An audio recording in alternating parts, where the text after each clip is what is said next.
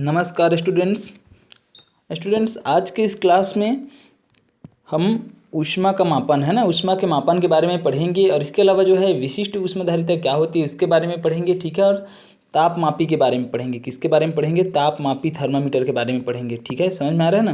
तापमापी के बारे में पढ़ेंगे, बहुत ही ध्यान से आप समझते चलिएगा। ठीक है। जो पिछली क्लास जो हुई थी उसमें हम जो है अवस्था परिवर्तन के बारे में पढ़ चुके हैं। ठीक है ना। तो चलिए हम पढ़ना शुरू करते हैं। बहुत ही ध्यान से समझिएगा, बहुत ही इंटरेस्टिंग टॉपिक है और आपके दैनिक जीवन से भी जुड़ा हुआ है ना। और ध्यान से समझिएगा। ठीक है, एक बार समझ जाएंगे तो आप जो है हमेशा जो है आपको याद रहेगी। ठीक है, तो चलिए हम पढ़ना शुरू करते हैं। सबसे पहले जानते हैं ऊष्मा का मापन। ऊष्मा का मापन जो है किस प्रकार से किया जाता है, तो देखिए है ना। ऊष्मा को हम क्या जानते हैं? हम जानते हैं कि ऊष्मा जो एक प्रकार की क्या है? ऊर्जा है ना। ऊष्मा क्या एक प्रकार की क्या है? ऊर्जा है। और ऊष्मा के कारण से ही कोई भी वस्तु क्या होती है, वो जो है हमको गर्म या फिर ठंडी जो है क्या होती है, महसूस होती है। ठीक है ना। तो ऊष्मा के कारण से ही जो है, ऊष्मा के प्रभाव से ही क्या होता है, कोई भी वस्तु जो है उसमें जो है ताप में क्या होती है, वृद्धि होती है। तो इसी गुण को आधार मान करके क्या किया जाता है, जो ऊष्मा है उनका जो है मापन किया जाता है। ताप में है ना, जो ताप में जो वृद्धि होती है, तो यही जो गुण है ना, इसी के आधार पर क्या किया जाता है, ऊष्मा का जो है मापन किया जाता है। तो ऊष्मा जो है ऊर्जा का एक रूप है। ठीक है ना। तो ऊष्मा का माप जो है मात्रक, ऐसा ही मात्रक क्या होता है, एक तो होता है ऊष्मा का मात्रक जो होता है वो होता है जूल। क्या होता है? जूल। समझ में आ रहा है।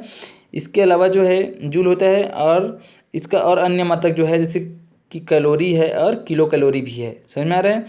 तो देखिए ऊष्मा का मापन जो है किस प्रकार से किया जाता है। एक कैलोरी क्या होता है ना, तो एक कैलोरी ऊष्मा का वह परिमाण है जो 1 ग्राम जल के ताप में 1 सेंटीग्रेड की वृद्धि कर दे, है ना।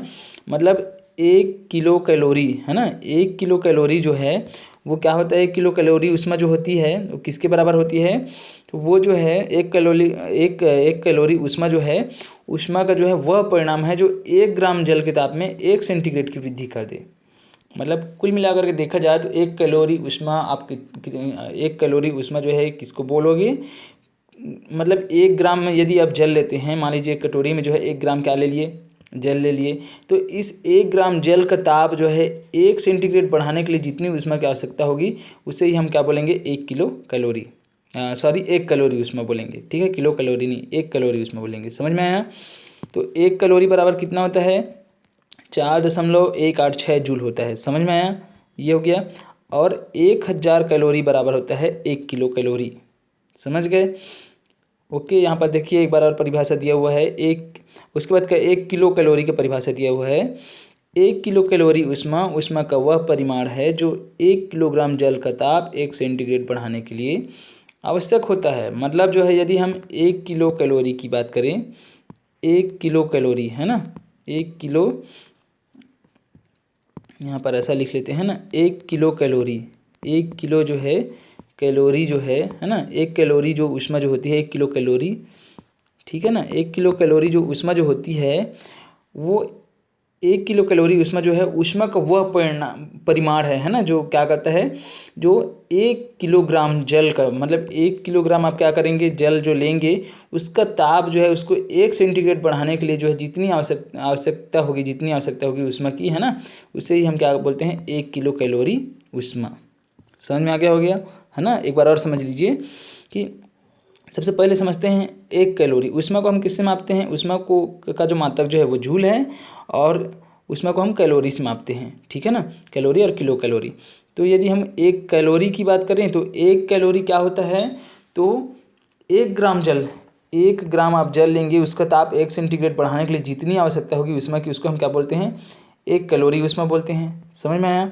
उसके बाद जो है 1 किलो कैलोरी हम ऊष्मा हम किसको बोलेंगे, तो 1 कैलोरी ऊष्मा जो है, ऊष्मा का जो है वह परिमाण है जो 1 किलोग्राम जल लेंगे ना, 1 किलोग्राम जल, तो उसका ताप 1 सेंटीग्रेड बढ़ाने के लिए जितनी हमको आवश्यकता होगी ऊष्मा की, उसको ही हम क्या बोलते हैं, 1 किलो कैलोरी। समझ में आया, ये समझ गए होंगे। अब उसके बाद हम आगे देखेंगे विशिष्ट ऊष्माधारिता। क्या देखेंगे, विशिष्ट ऊष्माधारिता।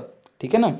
तो यहाँ पर देखिए विशिष्ट ऊष्माधारिता जो है, तो विशिष्ट ऊष्माधारिता क्या होती है ना, तो देखिए किसी वस्तु की ताप वृद्धि के लिए वस्तु द्वारा अवशोषित ऊष्मा जो है, अवशोषित ऊष्मा की मात्रा निर्भर करती है ना। मतलब जो है किसी भी वस्तु का जो है ताप वृद्धि के लिए जो है ना, ऊष्मा जो है किन किन चीज़ों पर जो है मतलब ताप वृद्धि के लिए कोई वस्तु जो है, किसी वस्तु का हमको ताप में क्या करना है, वृद्धि करना है ना। तो ताप में वृद्धि करने के लिए हमको जो है किन किन चीज़ों पर निर्भर करती है उसके बारे में हम यहाँ पर जानेंगे। मतलब जो है किसी वस्तु को हम गर्म करना चाहते हैं, तो यदि हम किसी वस्तु को गर्म करना चाहते हैं तो गर्म करेंगे तो गर्म तभी होगा जब वो ऊष्मा को क्या करेगा, अवशोषित करेगा। तो ऊष्मा को यदि वह अवशोषित करेगा तो वो जो है ऊष्मा अवशोषण के लिए जो है किन किन चीज़ों पर निर्भर करेगा, है ना। उसी चीज़ को हम क्या करेंगे, यहाँ पर जानेंगे। तो पहली बात तो ये है कि वो किसी वस्तु के द्रव्यमान पर निर्भर करता है। किस पर निर्भर करता है, किसी वस्तु के द्रव्यमान पर निर्भर करता है। किसी वस्तु को हम गर्म करना चाहते हैं तो गर्म करने के लिए आवश्यक जो ऊष्मा जो है ना, वो जो है किसी वस्तु के द्रव्यमान पर निर्भर करता है। वस्तु का द्रव्यमान जितना अधिक होगा, निश्चित ताप वृद्धि के लिए उतनी ही अधिक ऊष्मा की आवश्यकता होगी। मतलब जो है मान लीजिए किसी वस्तु का वजन जो है, द्रव्यमान जो है 1 किलोग्राम है, तो 1 किलोग्राम के हिसाब से उनको जितनी ऊष्मा की आवश्यकता होगी गर्म करने के लिए। और यदि कोई वस्तु 2 किलोग्राम है तो 1 किलोग्राम से अधिक जो है उनको जो है ऊष्मा की आवश्यकता होगी गर्म करने के लिए। समझ में आ रहा है। मतलब जो है किसी वस्तु के द्रव्यमान पर क्या होता है, निर्भर करता है ना। किसी वस्तु मतलब जो है किसी वस्तु को अगर हम गर्म करना चाहते हैं, ठीक है ना, तो वस्तु की यदि हम गर्म करना चाहते हैं तो इसको गर्म करने के लिए जितनी ऊष्मा की आवश्यकता होगी, किसकी आवश्यकता होगी, ऊष्मा की। तो वो जो ऊष्मा की मात्रा जो है ना इस वस्तु के द्रव्यमान पर निर्भर करेगा गर्म करने के लिए।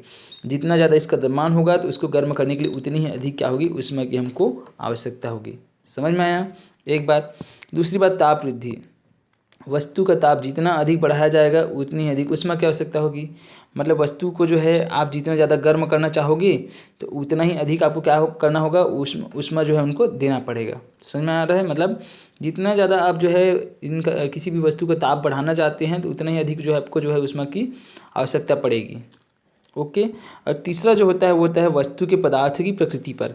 तो अलग अलग जो पदार्थ होते हैं ना, तो समान द्रव्यमान के ताप में समान वृद्धि के लिए भिन्न भिन्न ऊष्मा की परिमाण की आवश्यकता होती है, पूर्णतः पदार्थ प्रकृति पर निर्भर करता है। मतलब ये है कि तीसरा ये है कि किसी वस्तु का ताप बढ़ाने के लिए मतलब जो वस्तु द्वारा जो अवशोषित जो ऊष्मा की मात्रा जो होती है ना, वो जो है इस वस्तु के पदार्थ की प्रकृति पर भी निर्भर करता है। अलग अलग पदार्थ जो है यदि समान द्रव्यमान के भी हैं, मान लीजिए जैसे कि आप प्लास्टिक ले लिए, लोहा ले लिए, तो समान द्रव्यमान भी है अगर दोनों के, फिर भी जो है इनको गर्म करने के लिए जो है भिन्न भिन्न ऊष्मा की मात्रा की जो है क्या होगी, आवश्यकता होगी।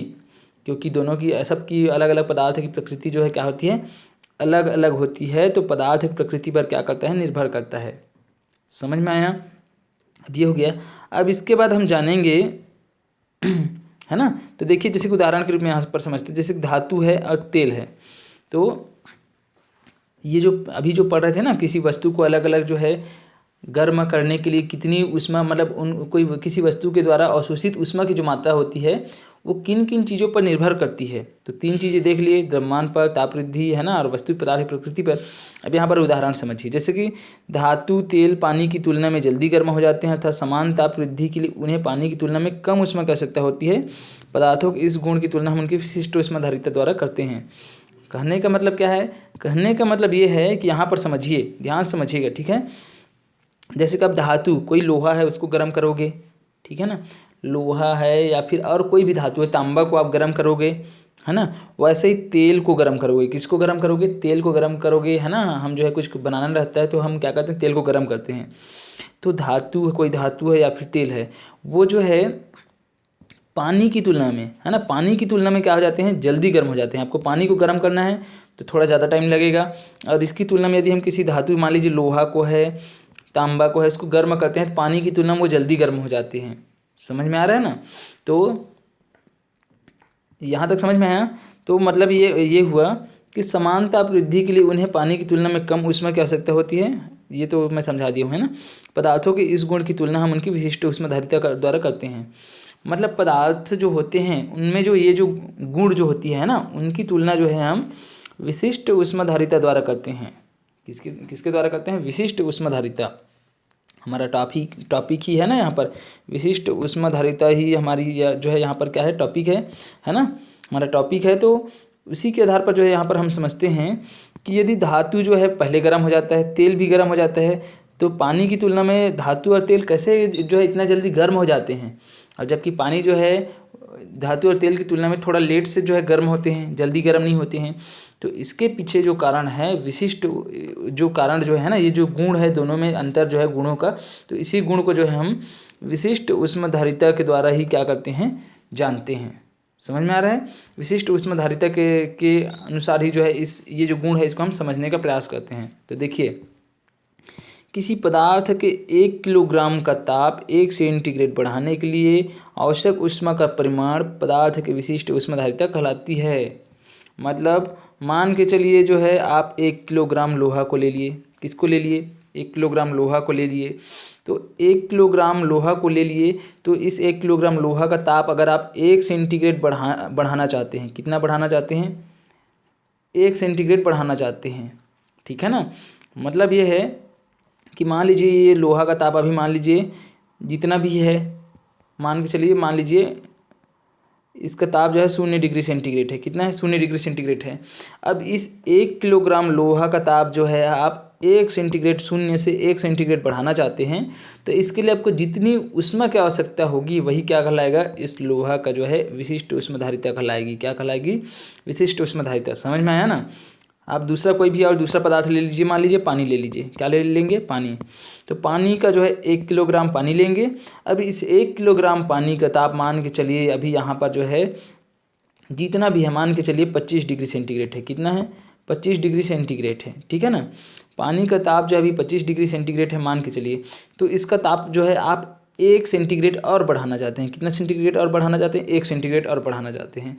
तो 1 सेंटीग्रेड और बढ़ाने के लिए आपको जितनी जो है ऊष्मा की आवश्यकता होगी वही क्या कहलाएगा, पानी का जो है ऊष्मधारिता कहलाएगी। क्या कहलाएगी, इस पानी का जो है ना, जल का जो है ऊष्मधारिता जो है कहलाएगी। समझ में आया, यहाँ तक समझ गए होंगे। कुल मिलाकर के अगर हम ऊष्मधारिता की बात करें तो किसी पदार्थ के 1 किलोग्राम का ताप 1 सेंटीग्रेड बढ़ाने के लिए आवश्यक ऊष्मा का जो परिमाण जो होता है ना पदार्थ, वही जो है पदार्थ की विशिष्ट ऊष्मधारिता कहलाती है। और ऊष्मधारिता का मात्रक जो होता है वो होता है जूल प्रति किलोग्राम, या फिर जो है जूल प्रति किलोग्राम डिग्री सेल्सियस। ये जो है इसका क्या है, मात्रक है। समझ में आ रहा है। अब जो है देखिए यहाँ पर अलग अलग जो है पदार्थ दी हुई है और इसका जो है अलग अलग जो है ऊष्मधारिता का मान जो है दिया हुआ है, ठीक है ना। अब देखिए विशिष्ट ऊष्मधारिता का जो है, जैसे जल है ना, जल का जो है, जल की अधिक विशिष्ट ऊष्मधारिता का प्रभाव। तो जल का जो है विशिष्ट ऊष्मधारिता क्या होती है, अधिक होती है। और इसी कारण से जो है जल जो हमारे लिए क्या होता है, बहुत ज़्यादा उपयोगी होता है। तो कैसे उपयोगी होता है यहाँ पर समझिए। जैसे जो है चूँकि जल की क्या है, विशिष्ट ऊष्मधारिता अधिक है, इसी कारण से गर्म होने में क्या होता है, गर्म होने में जो है ये अधिक समय लेता है ना। जैसे कि हम मान लीजिए हम इसको गर्म करते हैं, किसको, पानी जो है उसको गर्म करते हैं, तो इसकी विशिष्ट ऊष्मधारिता जो है क्या है, अधिक है। मतलब ये जो है गर्म होने के लिए इनको जो है अधिक ऊष्मा अवशोषित करना पड़ता है। समझ में आ रहा है ना। तो गर्म करने के लिए इनको अधिक जो है ऊष्मा जो है अवशोषित करना पड़ता है। तो ये ठंडा भी होगा, तो जितना ऊष्मा अवशोषित, अधिक ऊष्मा अवशोषित किया रहेगा, तो ठंडा होगा तो वो जितना भी ऊष्मा अवशोषित किया रहेगा, अधिक ऊष्मा अवशोषित कर लिया रहता है। तो उसको जो है जब इनको ठंडा भी होना रहता है तो अधिक मात्रा में ऊष्मा का क्या करता है, ये जो है उत्सर्जन करता है, उनको जो है त्यागता है। समझ में आ रहा है ना। तो इसी कारण से जो है इनको गर्म करने में अधिक समय लगता है और ठंडा होने में भी जो है इनका जो है क्या होता है, इनको जो है अधिक समय लगता है, ठीक है। और गर्म होता है पानी जो है तो अधिक ऊष्मा अवशोषित करता है, और ठंडा होता है तो भी अधिक ऊष्मा जो है उत्सर्जित करता है, इसलिए टाइम लगता है। समझ में आ रहा है ना। तो इनके इसी गुण के कारण जो है जल की विशिष्ट ऊष्मा जो है ऊष्मधारिता अधिक होती है। इसी कारण से इनका उपयोग जो है कई प्रकार की चीज़ों में करते हैं। पहला देखिए, वाहनों के इंजनों में शीतलक के रूप में किया जाता है ना। पानी का उपयोग जो है, जो वाहन जो होते हैं जैसे कार है, ट्रक है, जो भी है, तो उसका जो इंजन जो होता है उसको ठंडा करने के लिए आप देखेंगे जो ड्राइवर लोग जो रहते हैं, जो गाड़ी चलाते हैं, हम लोग जो है क्या करते हैं, गाड़ी का जो इंजन है उसमें जो है पानी डालने के लिए डिब्बा में पानी रखे रहते हैं ना, बॉटल में, और उसको जो है लगातार बीच बीच में डालते हैं, ठीक है ना। तो किस गुण के कारण डालते हैं, पानी को ही डालते हैं, उसके जगह पर जो है कुछ और दूसरा भी तो डाल सकते थे। तो इसी कारण से डालते हैं क्योंकि विशिष्ट ऊष्मधारिता क्या होती है, पानी की अधिक होती है। समझ में आया। दूसरा देखिए, सेंकने के लिए, तो यदि हम जो है शरीर में जो है क्या करते हैं, जब भी किसी कारणवश जो है शरीर को सेकना रहता है तो बोतल में जो है गर्म जल भर करके क्या करते हैं, सेकते हैं। सेकाई में जो है जल का उपयोग किया जाता है, किसके कारण से, विशिष्ट ऊष्मधारिता के कारण से। समझ में आया। इसके बाद जो है तीसरा जो है मरुस्थलीय प्रदेश दिन में जल्दी गर्म होते हैं और रात में जल्दी ठंडे हो जाते हैं। तो इसके पीछे भी कारण क्या है? देखिए, जो मरुस्थल जो होता है वहाँ क्या होता है, जैसे मान लीजिए मरुस्थल है तो यहाँ क्या होगा, मरुस्थल में जो होता है वो रेत ही रेत होता है। क्या होता है? रेत ही रेत होता है और शुष्क होता है ना। शुष्क का मतलब पानी की जो है नमी बहुत कम होता है, पानी की जो है कमी होती है। कहाँ? मरुस्थल में। तो यदि वहाँ पानी कमी है तो सूर्य से जो प्रकाश की किरणें जो आएगी वो जो है, पानी तो यहाँ है ही नहीं है, पानी की विशिष्ट ऊष्मा अधिक रहती है, इस कारण से जो है गर्म होने के लिए अधिक ऊष्मा की आवश्यकता होगी। तो जैसे ही तुरंत जो है प्रकाश की किरणें पहुँचती है तो रेत जो है तुरंत गर्म हो जाता है, बहुत तेज़ी से रेत जो है गर्म हो जाता है। इस कारण से बहुत अधिक दिन में गर्मी रहती है, ठीक है ना, क्योंकि जो है बहुत कम ऊष्मा में ये गर्म हो जाते हैं। यहाँ तो पानी है ही नहीं है ना, है भी तो बहुत कम। तो विशिष्ट ऊष्माधारिता जो है मतलब जितना ज़्यादा ऊष्मा जो है अवशोषित, ज़्यादा से ज़्यादा ऊष्मा अवशोषित नहीं कर पाती है और बहुत जल्दी गर्म हो जाती है। अब उसके बाद जैसे ही मरुस्थल में रात का समय होता है ना, रात का समय होता है तो मरुस्थल में जो है चूँकि यहाँ पर पानी की जो है नमी कम होती है, पानी कम होती है, पानी की मात्रा जो है, तो विशिष्ट ऊष्माधारिता जो है कम होती है। तो तुरंत से क्या होते हैं, जो ऊष्मा अवशोषित किए रहते हैं उनको तुरंत जो है त्याग देते हैं, मतलब उत्सर्जन कर देते हैं प्रकृति में, और जल्दी क्या हो जाते हैं, ठंड हो जाते हैं। इस कारण से जो मरुस्थल जो होता है वो बहुत तेज़ी से जो है दिन में बहुत जल्दी गर्म हो जाते हैं और रात में बहुत जल्दी ठंडे हो जाते हैं। समझ में आया? तो विशिष्ट ऊष्माधारिता के प्रभाव कारण से ही ऐसा होता है। ओके, समझ गए होंगे। उसके बाद जो है ये जो है आप यहाँ तक जो है समझ गए होंगे, है ना। उसके बाद जो है यदि हम आगे जो है इस हम देखते हैं तो देखिए यहाँ पर समझिए, है ना। किसी पदार्थ का देखिए विशिष्ट ऊष्माधारिता किसी पदार्थ का अपना विशेष गुण है। किसी पदार्थ के भिन्न भिन्न द्रव्यमान भी ताप वृद्धि के लिए भिन्न भिन्न परिमाण की ऊष्मा ग्रहण करते हैं। वस्तु के इस गुण को उसकी ऊष्माधारिता द्वारा व्यक्त किया जाता है। मतलब जो है इस प्रकार से यदि हम देखें तो क्या होता है, विशिष्ट जो ऊष्माधारिता जो है हर अलग अलग जो पदार्थ है उनका क्या है, अपना विशेष गुण है ना, जो अलग अलग पदार्थों में क्या होता है, अलग अलग होता है, ठीक है ना। तो ताप वृद्धि के लिए भिन्न भिन्न, मतलब जो है यदि किसी पदार्थ में आपको ताप वृद्धि करना है तो उसमें जो है भिन्न भिन्न परिमाण की जो है ऊष्मा जो है क्या करते हैं, ग्रहण करते हैं, मतलब अलग अलग, है ना। समझ में आ रहा है ना। तो इनको हम किससे दर्शाते हैं, तो ऊष्माधारिता के द्वारा ही हम दर्शाते हैं। ओके, तो यहाँ पर पदार्थ की ऊष्माधारिता को एक बार समझते हैं ना, कि किसी पदार्थ का ताप 1 सेंटीग्रेड बढ़ाने के लिए आवश्यक ऊष्मा की मात्रा उस पदार्थ की ऊष्माधारिता कहलाती है। याद रखना है, ठीक है, बता चुका हूँ। ऊष्माधारिता क्या होता है कि किसी पदार्थ का ताप जो है यदि हम 1 सेंटीग्रेड बढ़ाना चाहते हैं तो उसके लिए जितनी हमको जो है ऊष्मा की आवश्यकता होगी उसे ही हम क्या कहते हैं, उस पदार्थ की ऊष्माधारिता कहते हैं। ओके, समझ में आया। तो ऊष्माधारिता का जो है जो मात्रक जो होता है ना, ऊष्माधारिता की जो मात्रक जो होती है वो होती है जूल प्रति सेंटीग्रेड। क्या होती है? जूल प्रति सेंटीग्रेड। समझ में आया? ये समझ गए होंगे। उसके बाद जो है हम आगे देखेंगे थर्मामीटर। क्या समझेंगे? थर्मामीटर क्या होता है। तो देखिए, आप डॉक्टर के पास गए होंगे तो आप जो है जब डॉक्टर के पास गए होंगे तो आप जो है डॉक्टर जो है एक उपकरण आपको जो है इस प्रकार से दिखाई दे, है ना, एक उपकरण आपको देता है इस प्रकार से। यहाँ पर आप देख रहे होंगे ये जो उपकरण जो है ना, ये क्या कहलाता है, ये तापमापी या फिर थर्मामीटर, ठीक है ना। तो डॉक्टर आपको जो है आपके शरीर का ताप मापने के लिए एक उपकरण आपको मुंह में लगाने के लिए या फिर जो है आपके जो है ऐसा भुजा में लगाने के लिए क्या करता है, देता है। तो वही क्या है, तापमापी या फिर थर्मामीटर है। समझ में आया। अब जो तापमापी जो होता है, थर्मामीटर जो होता है वो कांच का बना होता है। इस प्रकार से एक जो है नली होती है ना, एक क्या होती है, एक नली होती है। समझ में आ रहा है ना। और इस नली का व्यास जो है सभी जगह जो है क्या होता है, समान होता है, ठीक है ना। व्यास जो है सभी जगह क्या होते हैं, समान होते हैं। और इसमें जो है एक बल्ब होता है, मतलब यहाँ पर देखिए कांच के जस्ट सामने में जो है एक बल्ब होता है, ऐसा जो होता है धातु का एक जो है मतलब एक बल्ब होता है कांच में, है ना। और यहाँ पर जो है एक चमकीला पदार्थ है यहीं पर भरा रहता है। यहाँ पर एक चमकीला पदार्थ भरा रहता है। वो चमकीला पदार्थ कौन सा होता है, पारा होता है, ठीक है ना। क्या होता है, पारा होता है। और ये जो है अंदर जो है थोड़ा सा खोखला होता है, मतलब एक नली होती है जिसमें जो है पारा जो है गमन कर सके, ऐसा, ठीक है। अब जो है इसके बाद जो है यहाँ पर जो है ना, यहाँ पर जो है सेल्सियस में जो है क्या रहता है, पैमाना रहता है। देखिए यहाँ पर पैमाना लिखा हुआ है, जैसे कि जो है आपका जो स्केल जो होता है ना, तो स्केल में जिस प्रकार से जो है पैमाना लिखा होता है वैसे ही जो है इसमें सेंटीग्रेड वाला जो पैमाना जो है वो यहाँ पर लिखा होता है। समझ में आ रहा है।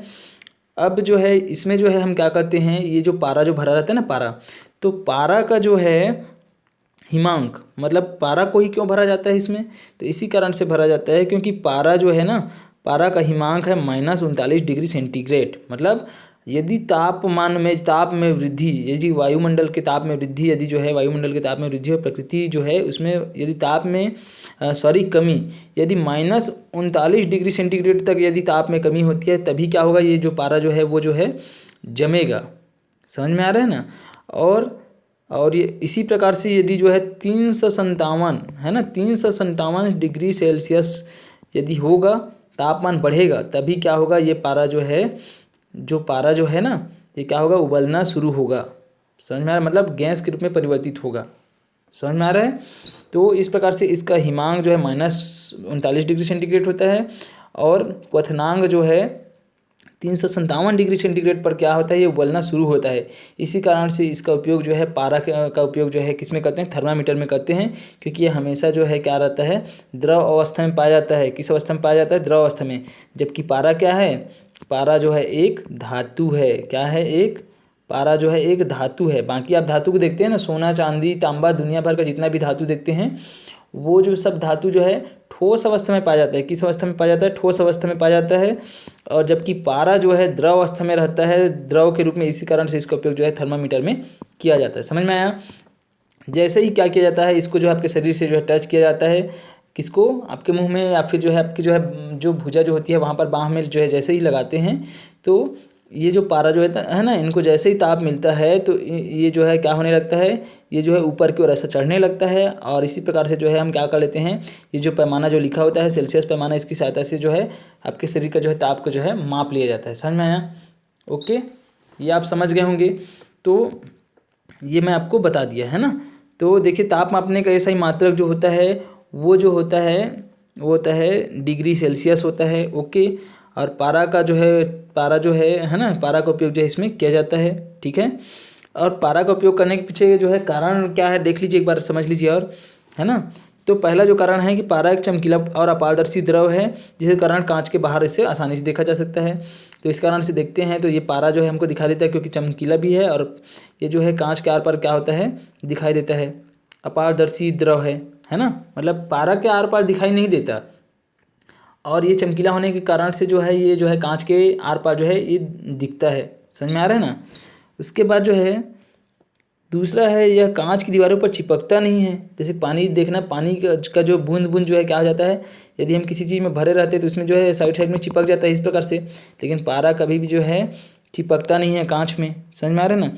इसके अलावा तीसरा है अधिक तापप्रकाश। मैं बताया हूँ इसको, -39 डिग्री सेंटीग्रेड इसका हिमांक होता है, और 357 डिग्री सेल्सियस क्या होता है, इसका जो है क्वथनांक होता है। इस कारण से पारा का उपयोग इसमें करते हैं। समझ में आया। इसके अलावा जो है इसका प्रसार लगभग सभी तापों पर एक समान रहता है।